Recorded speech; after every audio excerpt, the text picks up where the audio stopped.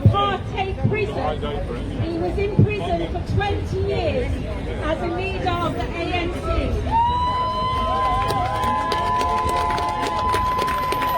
And I see some of you are my friends because I live in this area.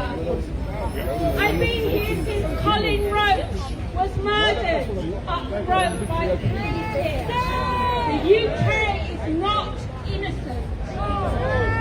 I see some of my son's friends because he grew up in this area. I send you all my love, but most of all, I send my love to Mumia's campaign, because what I have to say to you is political consciousness is something that means we will never give up.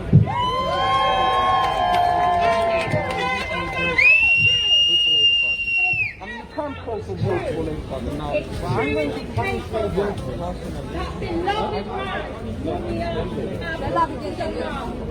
I've born in the side of fascism. I've born in the side of imperialism. A proud man who's given me so much inspiration. There is nothing more dangerous than a politically conscious man. I should know I come from one. Political consciousness is the one thing that keeps you going. No matter what threat, no matter what insult, no matter what injury. Because an injury to one is an injury to all. An injury to one. Injury to all. Even on basic humanitarian grounds. Mumia needs to come home. He has heart failure. He has cirrhosis of the liver. He has COVID positive. He's been in prison for 40 years. We managed to save his life once. Let's save his life again and bring him home to his family. And let's face it, we are his family. You were once my family. We're now an international family. I'm so proud to speak here today. I just would like to end with the slogans that we used to say on our picket, which means long live. Viva Mumia Abu-Jamal! Viva! Viva! So this is how it goes. You say viva, viva. Viva Mumia Abu-Jamal! Viva! Viva! Viva Mumia Abu-Jamal! Viva! Viva! Viva politically conscious prisoners! Viva! Viva! Viva political prisoners in Turkey! Viva! Viva! Viva political prisoners in Ireland! Viva! Viva! Viva political prisoners in the Basque Country! Viva! Viva! Viva political prisoners in UK jails! Viva! Viva! Thank you. And we shall continue our comrades.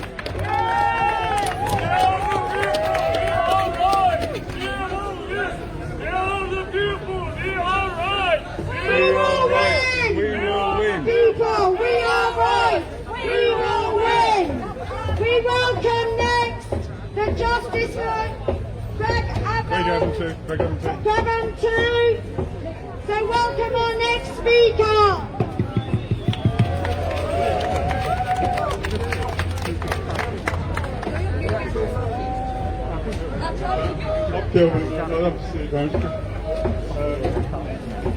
I'm pleased to speak today about Irish political prisoners and also to cover in a little more detail the frame up of the Bergabung 2.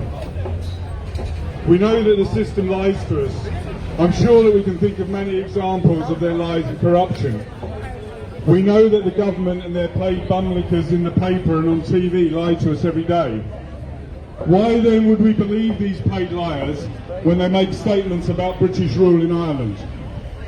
The British government say they are keeping the peace in the north of Ireland, but there's never been peace in the north of Ireland since the statelet was created by Britain in defiance of the wishes of the Irish people in 1921. The British state still has 5,000 soldiers and 7,000 armed police in the occupied 6 counties, and an MI5 base that cost £100 million to build. The British government pays £11 billion every year to subsidise its presence in Northern Ireland. Are we seriously expected to believe that the British state pours in all these forces and money because it cares about the Irish people? Britain ruled the whole of Ireland by force for centuries and never showed the slightest concern for the welfare of the Irish. The same as all of Britain's colonies in the days of empire. Britain also lies when it says the political prisoners in Ireland are criminals. None of the political prisoners in Ireland would be in jail if it wasn't for the British occupation of the 6 counties. The prisoners are in jail because of acts of resistance against British rule. They are political prisoners, and there will always be acts of resistance as long as Britain rules parts of Ireland by force. Political prisoners in Ireland are allies of the working class in Britain. Karl Marx pointed out 150 years ago, the workers in Britain cannot win our own freedom if we support British repression in Ireland. Another constant feature of British rule in Ireland are the frame-ups, beatings and forced confessions. These are essential tools for the British in suppressing the legitimate demands of the Irish people for the freedom to govern their own country. Another category of political prisoner in Ireland are those who've been framed and falsely convicted. The case of the Craigavon 2 is the latest in a long line of British frame-ups. John Paul Wotton and Brendan McConville were convicted in a no-jury trial for the killing of P.C. Carroll in 2009. Jerry Conlon of the Guildford Four said this: "We can't have innocent people going to jail and 15 years down the line them being released, their lives ruined. I believe a miscarriage of justice took place here on the basis of all the evidence I have read, and he should know. There are so many problems with the case against the Craigavon 2, it's clear that they have been framed by the British state. The main prosecution witness was paid £50,000 to testify by a tabloid newspaper. His own family described him as a compulsive liar. He couldn't have seen what he claimed to witness due to his poor eyesight. A tracking device used in court had part of his data wiped while in army custody, but was still allowed in evidence. John Paul Wotton was only 17 years of age when he was arrested for the killing of P.C. Carroll. He and Brendan McConville have now spent 13 years in jail.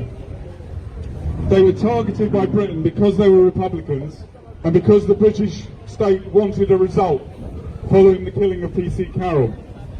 We have been sent the following solidarity message to this protest today from Brendan McConville of the Craigavon 2 from Macabre Jail in the occupied 6 counties. I would like to thank the organisers today for recognising and highlighting the plight of political prisoners throughout the world.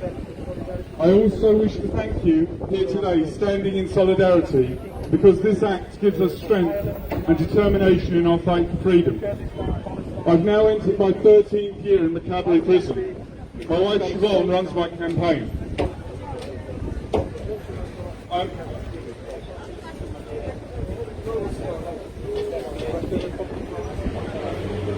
Highlighting this current wrongful conviction. My case is now being reviewed by the Criminal Case Review Commission, CCRC, who have the power to return the case back to a court of appeal. It's during this time that public support is needed and political pressure is applied to show the concerns in and surrounding my case and conviction. I urge you all to go to our Facebook page, which is facebook.com Mrs. McConville. There's a leaflet here on the stall if you want to look up that name. Or contact Siobhan on Twitter at Siobhan1916 and sign our petition to the CCRC. Talk to your local representatives, union members, work colleagues and families about the Craigavon 2 case. and in doing so, you are helping raise awareness of a current miscarriage of justice. Your help and support is needed now more than ever, while we anxiously await the CRC's decision. For any further information or more in-depth analysis, contact our page and we can send you a booklet via email. Your support is welcomed and appreciated. #JFTC2, Brendan McConville. Thank you, and please join me in calling for justice for the Craigavon 2. Free Brendan and John Paul. Justice for the Craigavon 2. Free Brendan and John Paul. Justice for the Craigavon 2. Free Brendan and John Paul. Free all political prisoners. Free all political prisoners. Free all political prisoners. Siya Joe, freedom forever. Go Margaret, thank you.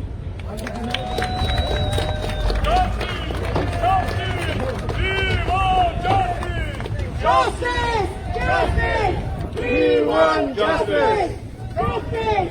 Justice! We want justice!